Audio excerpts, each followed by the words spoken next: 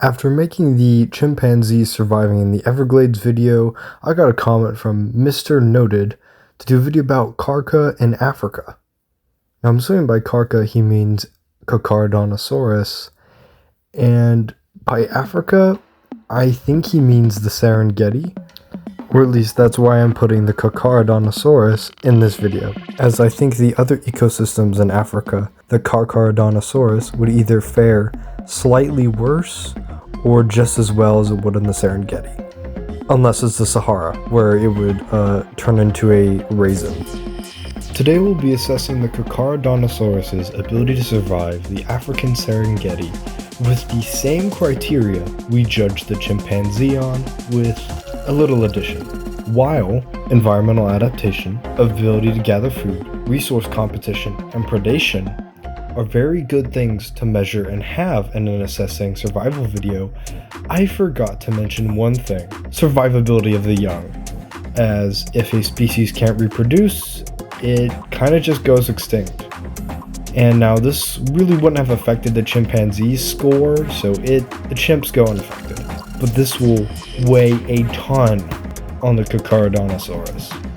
And also, I'm trying out some new art style stuff. I'm using the Paint app on my computer, although I will have some traditional paper drawings in this video. Let's get into it. Starting with resource gathering, this is a wash.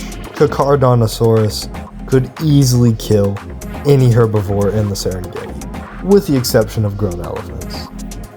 Not to say that these herbivores are powerless. Cape buffalo, hippopotamus, and rhinoceros can be exceptionally dangerous. However, they are just so outclassed by an adult Carcharodontosaurus. Their best move, if accosted, is to flee. That is the best thing these herbivores can do, and then just outbreed the losses. And same goes for the large predators. Although Carcharodontosaurus will probably not be hunting down lions and hyenas, it's not going to turn its nose up to eating one of them. And here's actually kind of an interesting idea. The Carcharodontosaurus is so big that it's only sustainable to go after huge prey. So the Carcharodontosaurus is going to create this landscape of fear for large carnivores and large herbivores.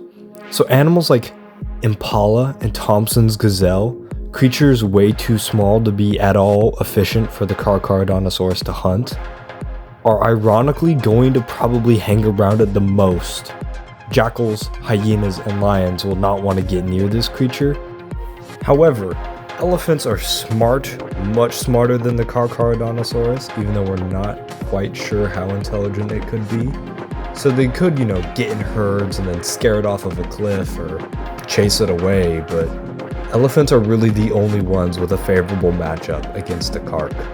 So for resource gathering, I'm going to give it a 9 out of 10, as it does rely a lot on big prey.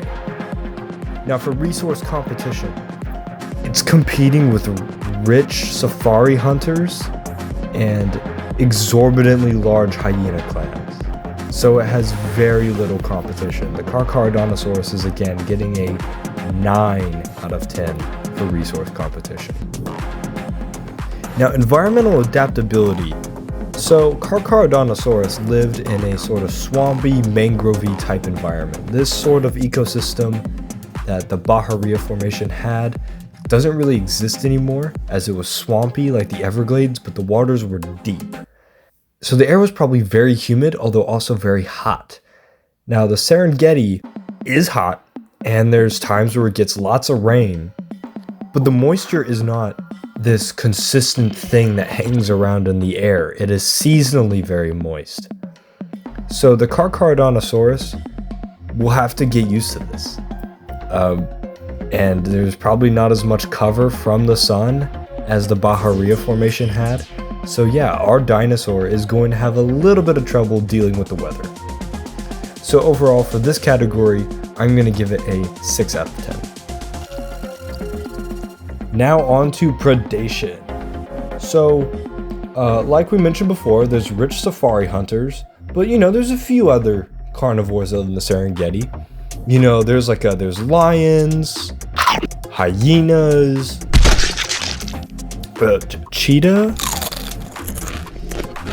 Yeah, none of these carnivores stand a chance against a full-grown Carcharodontosaurus. You know, this could be a whole debate, like who would win, 50 lions or 100 lions versus a Carcharodontosaurus? Because 100 lions getting together to drive this dinosaur from their territory is what it's gonna take. This is a tank. This is like putting an M1 Abrams against a bunch of cavemen.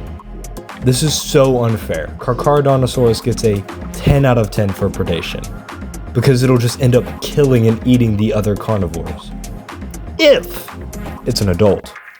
We move on to our final category, offspring survivability. Now, we don't quite know what parental instincts and behaviors were like for this particular species of dinosaur, but it's, fair to say we're kind of getting into what the guy at Desks and Dorks calls the conjecture zone.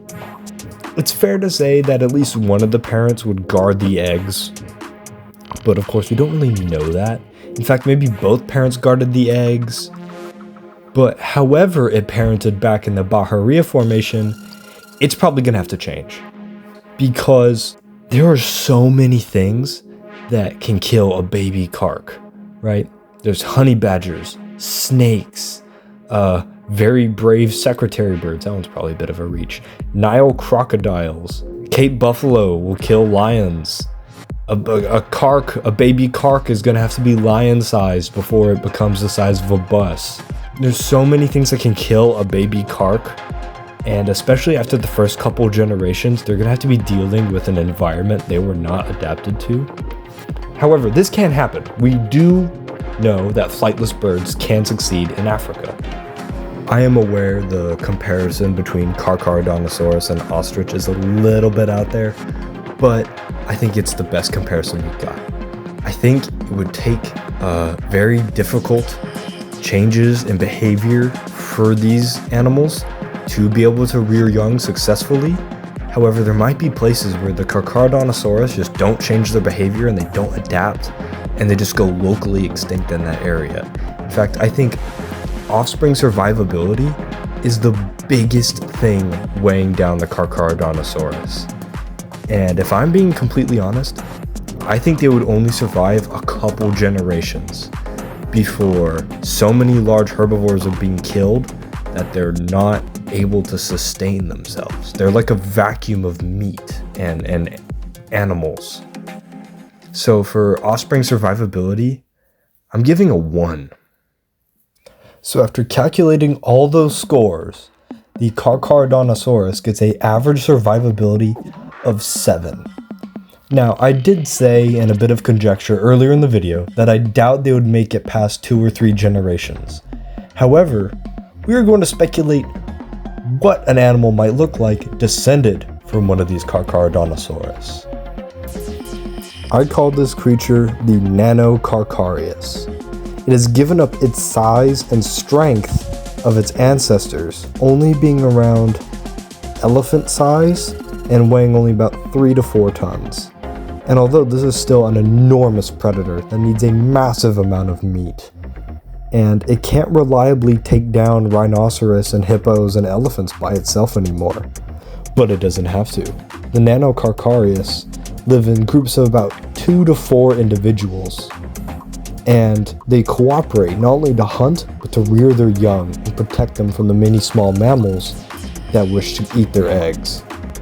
However, as much as the Nanocarchareus have changed, something about them has still remained the same, genetically speaking.